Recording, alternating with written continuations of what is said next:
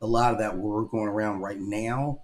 And as a non-Christian, I wanted to really understand it myself and kind of share what I found with my audience. So right off the bat, when most people hear the words Antichrist, they picture one villain, one final villain, like a single figure who is running everything. Like this is the big boss. But I think that differs from what the Bible actually says. So we're going to look at it. Now, its core definition, the Antichrist first, is not one person. It is any force, any figure, or any system that opposes truth and imitates or ultimately tries to replace truth.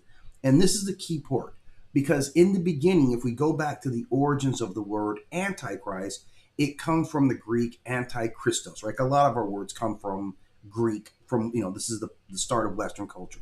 So anti in this sense doesn't just mean against, it also means in place of. So it means to replace.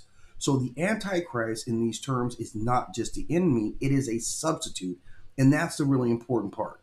Now, if we go back to the biblical text, especially First John and Second John, people were told, a lot of people overlooked that part, that even now many antichrists have come, not just one. So even back then, there was not one, there were many. So from the beginning, it was never told as like, the big boss at the end of the video game that replaced. It's not that. It is about a pattern, something that shows up time and time again historically. So that's really what they focus on.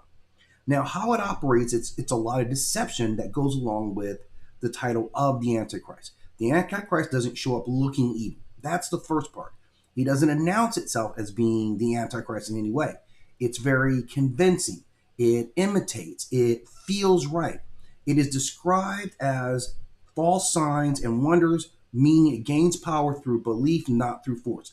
This is what makes it dangerous, is because you believe that it's performing miracles or doing things that no one else can do. That is where one of the key signs.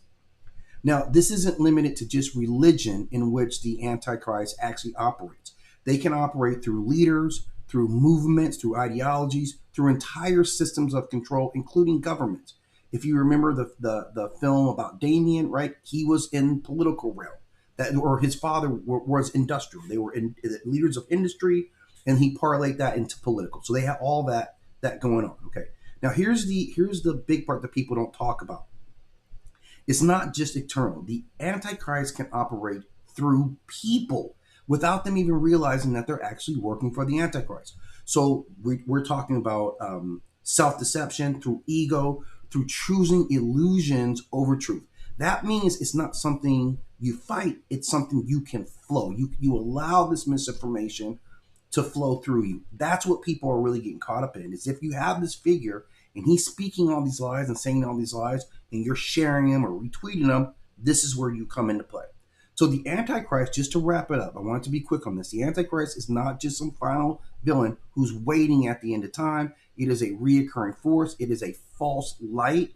It is a convincing imitation of truth that wants to take its place. You will see this figure attempt to replace Christ itself with their own imagery. That's what you're seeing. So this goes all the way back to the earliest text regarding the Antichrist figures. It covers all these things in terms of like the psychological angle, what you would see in terms of how it manipulates truth, how this figure would lie, what systems it would move to, and what it would call itself the entire time. So anyway, I just want to drop this in real quick. I got to head out, but I will be back on later to do some actual myth labs, and I think it'll be a real good one for you today.